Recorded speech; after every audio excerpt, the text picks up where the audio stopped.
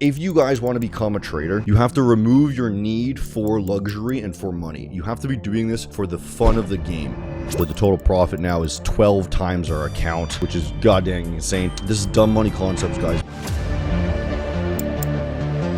I'm ready to let this rip. I think it's more likely that it goes up. Now, that would have been enough to pass, I'm pretty sure, if it ran by now. I'm running out of time. It literally just needs a little bit more, dude. It's going up. Like, I'm a bit nervous. I finished 2 minutes before market close on the final Friday of this challenge. We're going to break down this Logic Live game. It's the last day. We're shooting for 3R. We have just over 300K profit so far. Let's look at this chart. We have a really, really bullish month so far. We potentially are failing the week on that level there. What we want to do is, let's just draw this out so you guys can see the very last trade. We're going to shoot for 3R because I want to hit it all tomorrow. We've got a weekly level here, okay? And we've got a weekly level at the current price, okay? This is how we trade dumb money concepts. So I'm going to show you exactly how we do it. Then we drop down to the daily and we look for potential sort of major zones as well, okay? So we've got this guy here, we've got that one lines up with the weekly, and we've got a little bit lower. So here is our zone. This is the zone that you want to get a fucking prime buy at, okay?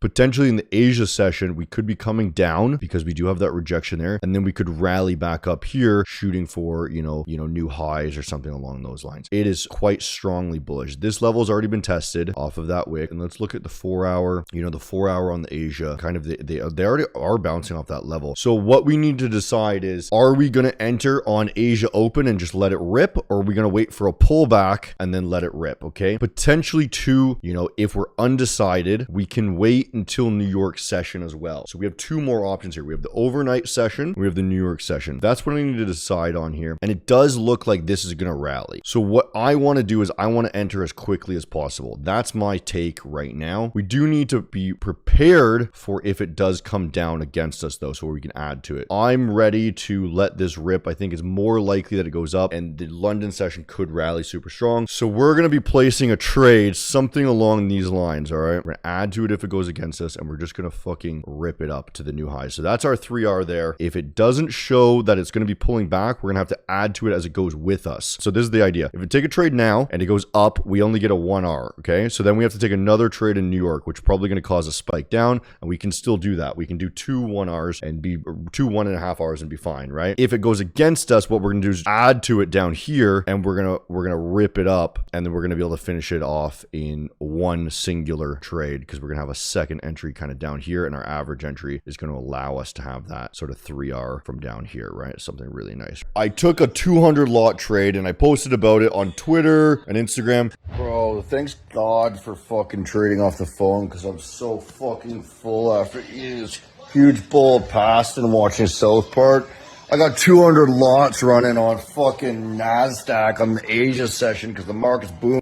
And the only way I'm going to be able to get up off my ass and close this trade is with that phone, because I can't stand and walk to the computer. I do have to close it because it's coming back against me, and 17K, 16K profit. Let me close this however I can close this. Anyways, I'm going to close it at some point here. It should be about break even. It stopped out at break even. I have 100 lots now on this level here. Man, I'm bummed that got stopped out, but we did pick up that 100 lots. So that 100 lot was running, and what I did was I closed it out here, right? So I'm going to show you a screenshot of that. Right, so you can see, I don't know if you can see, it might be small for you guys because my resolution is really small, but we stopped out that original trade there at like 600 bucks, 500 bucks or whatever. We got that Bitcoin loss there. And then we've got 240K on that 100 lot trade. Now that would have been enough to pass, I'm pretty sure, if it ran by now. But what I did is I re-entered after we seen a rally starting to come back, and now we have 300 lots running. You can see 300 lots running here. It needs to run a little bit higher. This is currently at another 250. So if we go back here, I've got the target set up here. So we literally just needed one more push for the day. There's fucking 1 hour left in the day. So as long as this rallies up into the end of the day, we're done with literally like the last second of time. This is the last day I can do it. Like unless, because I'm allowing myself the weekend as well, because the last day is August 10th. It is August 8th. And then that way we would have to trade Bitcoin. And Bitcoin's not going to move much on the weekend. I'm running out of time. This was the first trade. We closed it it out there, right? And then we re-entered in somewhere in here, 200K left. So it just needs to rally up one more push and then we're done. We're literally done. But guys, fuck, I'm fucking nervous, you know?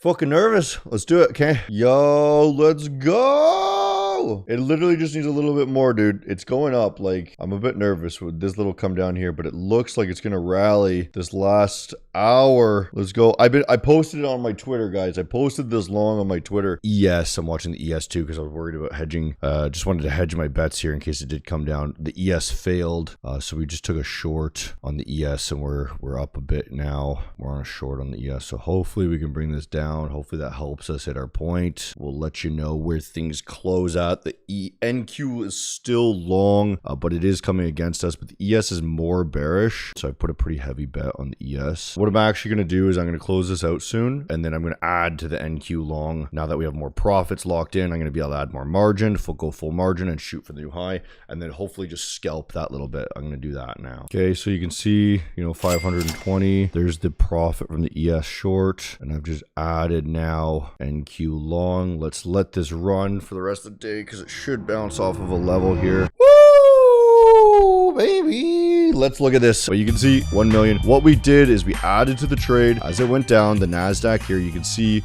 all these ads. We caught the bottom, and then the reality was I'm getting out the second that we get that million, and it was million and bit more than a million basically. And we look here, you can see, boom, balance. We got nothing running. We got the million there. I finished 2 minutes before market close on the final Friday of this challenge.